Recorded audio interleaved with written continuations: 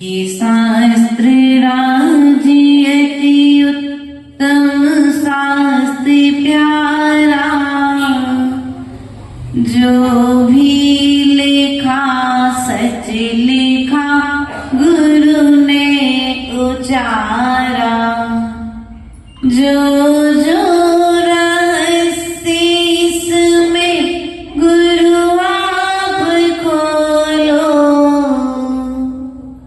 मैं मौन हूँ अब यहाँ गुरु आप बोलो। मैं मौन हूँ अब यहाँ गुरु आप बोलो। बोले आचार्य भगवंत सकल कीर्ति आचार्य भगवंत की, आचार्य गुरुवर विभव सागर जी महाराज की।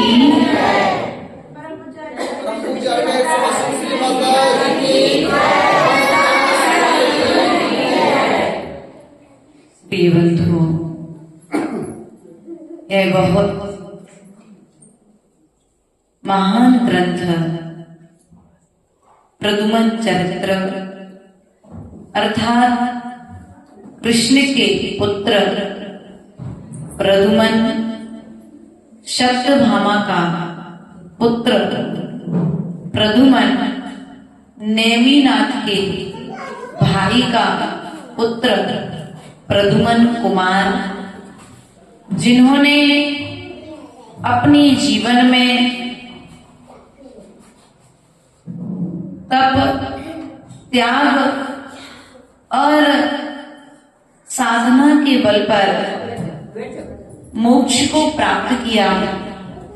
ऐसे प्रद्युम्न चरित्र का स्वाध्याय हम आचार्य भगवंत सकल कीर्ति आचार्य भगवंत इस ग्रंथ के सौम कीर्ति आचार्य भगवंत इस ग्रंथ के लेखक हैं। ऐसे सौम कीर्ति आचार्य कृत इस ग्रंथ का स्वाध्याय हम सब यहाँ पर प्रारंभ कर रहे हैं। आचार्य भगवंत सौम कीर्ति जी ने इस ग्रंथ को प्रारंभ करने के पूर्व आदि प्रभु से लेकर के नेमिनाथ पर्यंत तक समस्त तीर्थंकरों की वंदना की, उन्हें नमस्कार किया और नमस्कार करने के पश्चात में भगवान के गर्भ, जन्म, तप, ज्ञान और निर्माण की जो क्रियाएं सौधर्मेंद्र आदि के द्वारा संपन्न की गई, उन सब क्रियाओं का वर्णन करके प्रभु को नमस्कार कर भगवान वीर प्रभु के समूषण की ओर पहुंचे और प्रभु के चरणों में नमस्कार कर उन्होंने इस ग्रंथ के प्रारंभ में कहा कि इस भरत क्षेत्र में एक विपुलाचल पर्वत जो राजगृही के निकट था और राजगृही का राजा श्रेणी, उसकी प्रिय पत्नी का नाम चेतना था। एक समय राजा श्रेणी अपने राज्य में राज्यसभा में विराजमान था। उसी समय उस नगर में माली बाग में पुष्पों को चुनने के लिए गया और वह देखता है कि आज सभी तरह के पुष्प फलीभूत हैं। इसका कारण क्या है? तो वह देखता है कि केवल ज्ञानी भगवान महावीर स्वामी का समूषण विपुलाचल पर्वत पर आया है। वह यह श्रेष्ठ समाचार अपने राजा श्री कृष्ण अर्थात अपने राजा श्रेणी के लिए जाकर के षट ऋतु के जो फल बाग में आए थे वे फल ले जाकर के राजा को समर्पित करता है और फल व फूल समर्पित करके वह राजा से कहता है, भगवान हमारे पुण्य के उदय से आज प्रभु का समोसरण हमारे विपुलाचल पर्वत पर आया है। उसी समय राजा श्रेणिक अपने सिंहासन से 7 कदम आगे बढ़कर के प्रभु को नमस्कार करता है। ध्यान रखना, नीतिकारों ने कहा है कि जो विनयवान होते हैं वे विनयवान व्यक्तित्व चाहे परोक्ष में हो चाहे प्रत्यक्ष में हो, वे पूज्य पुरुषों की विनय करने में पीछे नहीं रहते। प्रभु अभी सामने नहीं है, अभी मात्र प्रभु के आने का समाचार मिला है या नगर के विपुलाचल पर्वत पर प्रभु पधारे हैं। इस समाचार को सुनकर के श्रेणिक कुमार ने राजसभा को वहीं पर विराम करके अपने राज सिंहासन से उठ करके 7 कदम आगे बढ़कर प्रभु को अष्टांग नमस्कार किया। वहीं से प्रभु को नमस्कार करने के पश्चात में उसने उस माली को यह श्रेष्ठ समाचार देने के उपलक्ष्य में उसे कुछ इनाम दिया।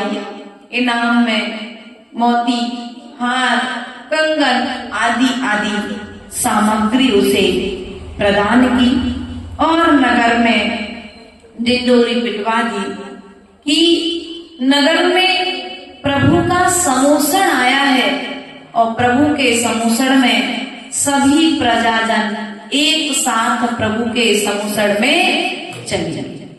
राजा श्रेणी यहाँ पर प्रभु भगवान महावीर स्वामी के समोसण में अपनी प्रजा के साथ में चलना प्रारंभ किया और चलते चलते प्रभु के समोसण के समीप पहुंचते ही उसने अपनी राज्य वेशभूषा का त्याग कर एक सामान्य श्रावक का भेष धारण कर प्रभु के चरणों में पहुंच गया।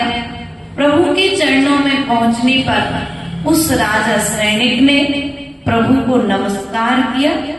कैसे नमस्कार किया? अष्टांग नमस्कार किया।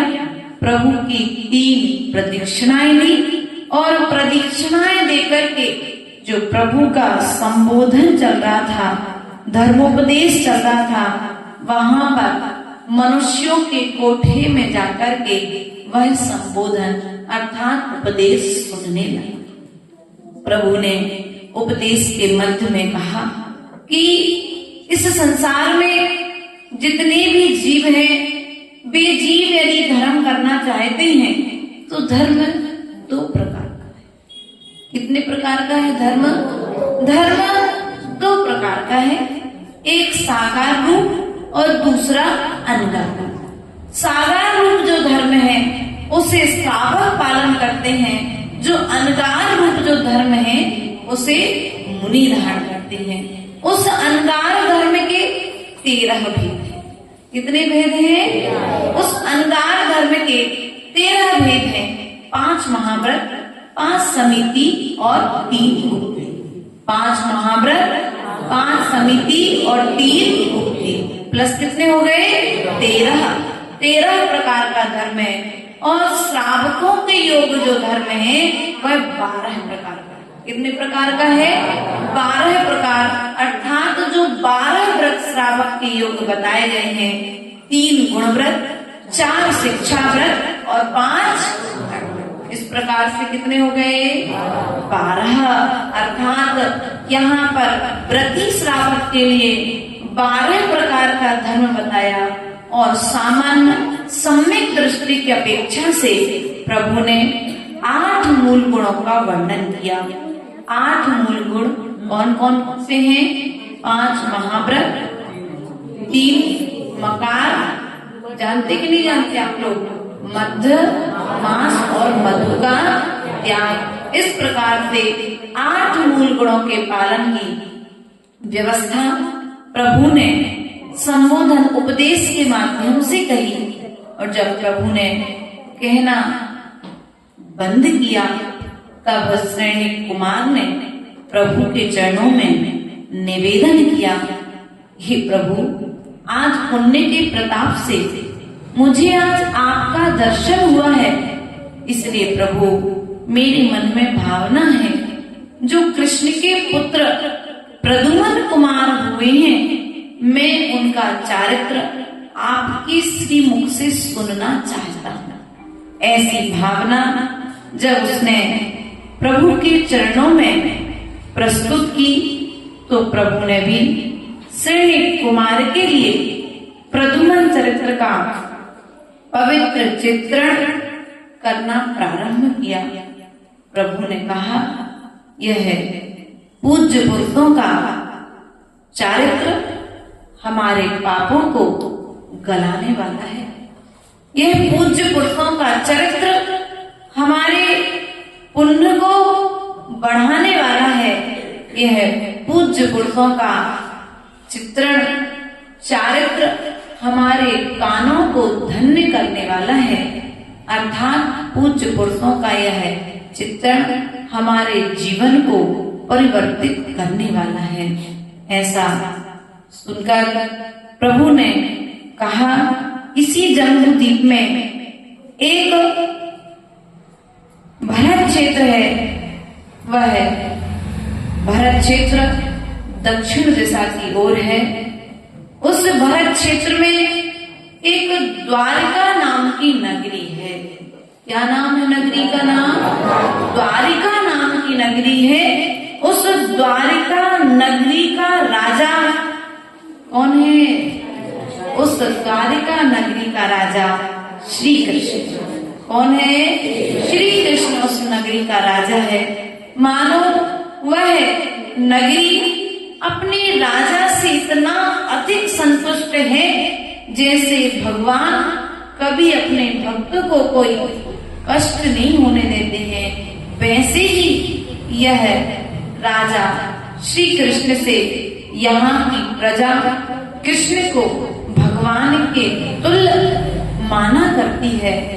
अर्थात इस नगर में किसी भी तरह का कोई दुख नहीं है, किसी भी श्रावक को किसी से कोई ईर्ष्या का भाव नहीं है, किसी भी व्यक्ति का आपस में कोई बैर विरोध नहीं है।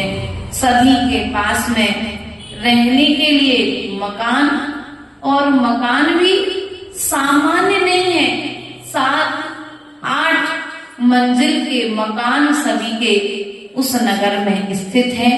वह नगर जिनालयों की शोभा से शोभित है, और तो और वह जो श्री कृष्ण है, उस श्री कृष्ण की महिमा के बारे में क्या कहा जाए। वह श्री कृष्ण जो नारायण है, जिसने कंस आदि शत्रुओं पर विजय प्राप्त की है। क्या कहा? कृष्ण ने कंस आदि पर विजय प्राप्त की, गोवर्धन पर्वत उठाया, यमुना नदी में कालिया नाग को अपने बस में किया, और तो और धनुष शंख प्राप्त किए थे। उन्होंने जरासंध के भाई को, अपराजित को युद्ध में परास्त किया था। समुद्र को भी, जिस प्रद्युम्न कुमार के लिए पीछे कृष्ण के लिए पीछे हट करके स्थान देना पड़ा था, ऐसे वह श्री कृष्ण उस द्वारिका नगरी में निवास करते हैं। और उस नगरी में उन राजा श्री कृष्ण की प्रिय पत्नी कौन है? सत्यभामा। सत्यभामा राजा श्री कृष्ण की प्रिय पत्नी है। राजा और रानी आपस में एक दूसरे से बहुत संतुष्ट होकर के राज्यपाट के कार्य संभालते हैं। और तो और क्या कहें, रानी सौंदर्य के क्षेत्र में मानो चंद्रमा की तरह शीतल और सूर्य की तरह तेज को प्राप्त है। इस प्रकार से रानी के चरित्र का, रानी के सौंदर्य का वर्णन यहाँ पर आया है। एक दिन जब श्री कृष्ण अपने राज सभा में विराजमान थे, उसी समय उस राजसभा में एक दिन नारायण मुनिराज पधारे, और जब नारायण वहां पर पधारे तो नारायण ने श्री कृष्ण से उनकी राजभवन को देखने की भावना व्यक्त की। राजभवन के साथ साथ उनकी जो रानियां थी, उन रानियों को एक बार देखने की भावना व्यक्त की। श्री कृष्ण ने नारद मुनि के लिए स्वतः ही आज्ञा दे दी, और जैसे ही उन्होंने आज्ञा दी, वह नारद मुनि महल में विचरण करते करते वे सत्यभामा के कक्ष तक पहुंच गए। और जैसे ही वे सत्यभामा के कक्ष तक पहुंचे, उस सत्यभामा को ज्ञात न था कि यहाँ पर नारायण मुनि आ रहे हैं, और वह अपने सौंदर्य में लीन थी, अपने रूप सौंदर्य को दर्पण में निहार रही थी। लेकिन जैसे ही उसने दर्पण में पीछे से जटाओं सहित भेष देखा, धूल से सहित भेष देखा, उसके चेहरे पर जो प्रसन्नता थी, वह प्रसन्नता खिन्नता में बदल गई। और जैसे ही चेहरे की प्रसन्नता खिन्नता में बदली, नारायण मुनि ने विचार किया कि बात क्या है। उस सत्यभामा ने मुझे देख करके मुंह बना लिया। ऐसा विचार कर वे अपना अपमान समझ करके उस राजमहल से बाहर चले गए, और बाहर जाकर के अब मन में विचार करने लगे कि मैं निश्चित ही एक ना एक दिन सत्यभामा से अपने द्वारा किए हुए इस दुर्व्यवहार का बदला लूंगा। ऐसा विचार कर वह वहां से जा चुके हैं। अब वे किस प्रकार से युक्ति लगा करके सत्यभामा से अपने किए का बदला लेंगे, इसे हम कल पुनः इसी ग्रंथ के माध्यम से सुनेंगे। बोले महावीर भगवान की जय।